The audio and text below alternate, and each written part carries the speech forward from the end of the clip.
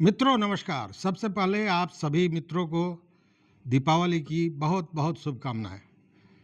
मित्रों, विशेष सर्वेक्षण जो भूमि विशेष सर्वेक्षण चल रही है, इस पर मैं लगातार वीडियो देता रहा हूं। जब भी कोई खास अपडेट आता है तो मैं देता हूं, या जहां गलतियां समझ में आती हैं वहां मैं तुरंत बताता हूं कि आप उन गलतियों को न दोहराएं और बाद में परेशानी का सबब वो न बने।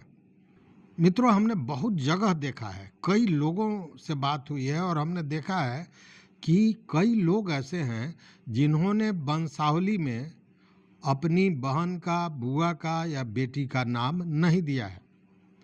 उनका तर्क ये है कि उनको हमारे हिस्सेदारी से कोई मतलब है नहीं, हमारे संपत्ति में उनको हिस्सा नहीं चाहिए।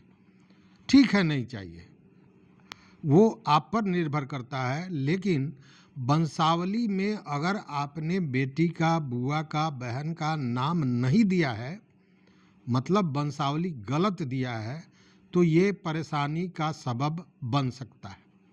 देखिए, दो चार चीज़ है, इसको ज़रा समझिए। चूँकि अभी जो सर्वे टीम को जिस तरह से निर्देशित किया गया है, उस पर जो चीज़ें आई हैं सामने, मैं उसको बताना चाह रहा हूँ। देखिए, सबसे पहले तो ये है कि ये जो प्रपत्र 2 है, यह भरना आवश्यक है।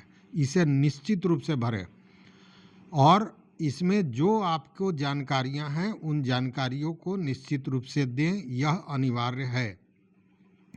अब जब ये प्रपत्र आप भर देंगे, उसके बाद जो सर्वे टीम है वह घर घर जाएगी। यह बताया जा रहा है, सर्वे टीम को राजस्व एवं भू सुधार विभाग द्वारा इस तरह का निर्देश दिया गया है कि वो घर घर जाएंगे, लोगों के जो ज़मीन के बंटवारे हैं उसको चेक करेंगे, वंशावली को देखेंगे और एक खास तरह का घोषणा पत्र वो भरवाएंगे जो आपको भरना पड़ेगा। मतलब कि आपके बंटवारे की क्या स्थिति है, मौखिक बंटवारा है, कागजी बंटवारा है, किस तरह का है, वो देखेंगे। घर जाकर वंशावली पता करेंगे और इसमें अगर आप गलत कर रहे हैं, वंशावली आपने गलत दिया है, तो पकड़ा जाएगा और पकड़े जाने पर फिर वो मामला दूसरे तरफ चला जाएगा। इसलिए मेरा ये कहना है, और ये आवश्यक भी है, कि वंशावली में आप नाम दें। आप हिस्सेदारी देते हैं नहीं देते हैं ये अलग की बात है। अगर आपकी बहन, बुआ या बेटी वो चाहती हैं कि हम हिस्सा न लें तो वो नहीं लेंगी, लेकिन अगर आप वंशावली में नाम नहीं देते हैं और अगर किसी को लेना होगा तो ऐसे भी ऑब्जेक्ट कर देगा, और जब ऑब्जेक्शन आएगा तो फिर परेशानी बढ़ेगी। तो उससे बेहतर है कि नाम दिया जाए। साथ में ये जो घर घर टीम जाएगी, वहीं पे नक्शा का भी इस टीम को मिलान करना है कि नक्शा सही है या गलत है। और इस सारे प्रक्रिया के होने के बाद ये जो सर्वे तैयार करेगा अपना रिपोर्ट, ये पंचायतवार इसको पब्लिक डोमेन में लाया जाएगा, मतलब इसको सार्वजनिक किया जाएगा।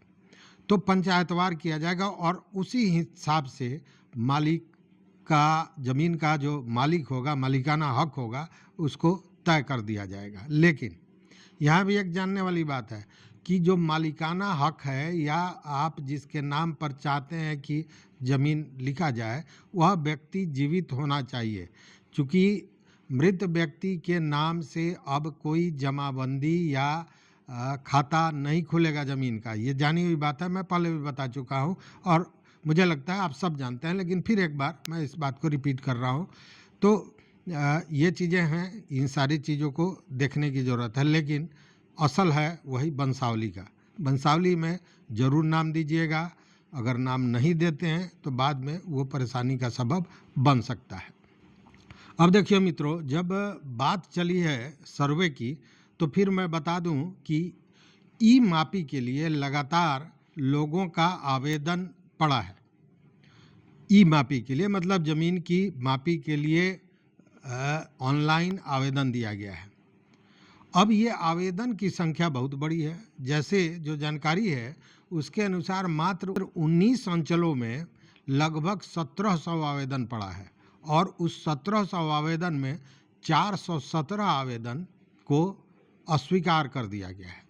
अब ये बड़ी संख्या में 417 लोगों का आवेदन अस्वीकार कर देना ये बड़ा अजीब लगता है कि लोग ई मापी के लिए आवेदन दे रहे हैं और उसकी स्वीकृति नहीं हो रही है। तो मापी होगी नहीं, तो मापी जब नहीं होगी तो जो परेशानियां, जिन परेशानियों से बचने के लिए ई मापी कराने की बात की जा रही थी, आवेदन दिया गया था, वो नहीं हो पाएगा। तो इसको लेकर विभाग संजीदा हुआ और विभाग ने कहा कि ये जो ई मापी का आवेदन आ रहा है, इनकी भी जांच की जाएगी।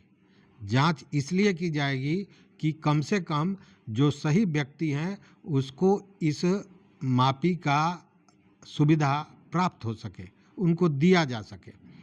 तो अब जितने भी ई आवेदन दिए जा रहे हैं उन सारे आवेदनों की, सारे की तो नहीं होगी लेकिन रैंडमली जांच होगी कि जो रिजेक्ट किया जा रहा है उसका सही कारण है या यूं ही रिजेक्ट कर दिया जा रहा है। चूँकि बार बार इस तरह की बातें आ रही हैं, शिकायतें तो लगातार हैं, तो इसको देखते हुए विभाग ने इस तरह की बात सोची है। अब देखिए कि अभी तक बार बार विभाग भी ये कहता है कि जिस तेजी में मापी होना चाहिए वो मापी नहीं हो रही है। अमीन पर बार बार इस तरह का प्रेशर डाला जा रहा है। तो फिर अब क्या हुआ है, अब कहा गया है कि अमीन के कार्यों की भी समीक्षा की जाएगी कि अमीन सही ढंग से नापी कर रहे हैं कि नहीं, जो कुछ मापदंड हैं उन मापदंडों का पूरा इस्तेमाल कर रहे हैं कि नहीं, सही ढंग से नापी हो रही है कि नहीं, इसको लेकर भी समीक्षा की जाएगी। मतलब अमीन के कार्यों की समीक्षा होगी। दूसरी बात कि अमीन को यह भी कहा गया है कि वो काम में तेजी लाएं। चूँकि जिस संख्या में अमीन हैं उस संख्या में विभाग का मानना ये है कि काम में कहीं ना कहीं उसको कहें कि कमजोरी दिख रही है। तो उसको लेकर भी विभाग का कहना है कि अमीन मापी के काम में तेजी लावें। देखिए अभी तक 880 मापी हुई है, जबकि 322 मापी अभी प्रक्रिया में है, उसकी वो चल रही है। और एक मामला और है जो बड़ा महत्वपूर्ण है। देखिए हो क्या रहा है कि आप मापी के लिए आवेदन दे रहे हैं, विभाग के पास वो जा रहा है, विभाग उस पर कार्रवाई कर रही है, लेकिन आपको उसकी सूचना नहीं मिल पा रही है।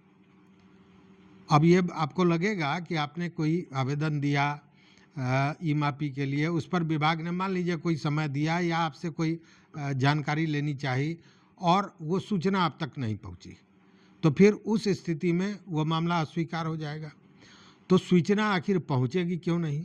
तो उसका सबसे बड़ा कारण है कि जो ई मापी के लिए लोग जा रहे हैं वो किसी साइबर कैफ़े से चले जाते हैं, नंबर साइबर कैफ़े का दे देते हैं। अब जो सूचनाएं आएंगी उस साइबर कैफ़े के मोबाइल पर आएंगे। उस स्थिति में जो मूल व्यक्ति है जिसको वो मापी कराना है उसको उस चीज़ की जानकारी नहीं हो पा रही है, और यह भी एक बड़ा कारण कहीं ना कहीं बन रहा है। इसलिए यह भी आवश्यक है कि जब आप ई मापी के लिए कोई भी आवेदन करें तो निश्चित रूप से अपना या अपने किसी घर वाले का ही नंबर दें, ताकि जो सूचनाएं आएँ वो आप तक पहुंच सके और आप उन चीज़ों से अपडेट हो सकें कि आपने जो ई आवेदन किया था जांच के लिए, मापी के लिए ज़मीन के, उसकी प्रगति में क्या स्थिति है, वो किस स्थिति में है। तो ये जानना आवश्यक है। इसलिए हमने सोचा कि जब सर्वे की बात हो रही है तो ई मापी से जुड़ा हुआ ये मामला है जो कहीं ना कहीं लोगों को परेशान कर रहा है, तो हमने सोचा कि इसको से भी आपको अवगत करा दें। तो इस वीडियो में बस इतना ही मित्रों। दीपावली है, खूब आनंद करना है, लेकिन ध्यान रहे कि बच्चों को पटाखों से दूर रखें और जितना कम हो, चूँकि वायु प्रदूषण भी बहुत होता है, उतना अच्छा होगा। तो आपका दीपावली शुभ हो, माता लक्ष्मी आप पर कृपा बनाए रखें।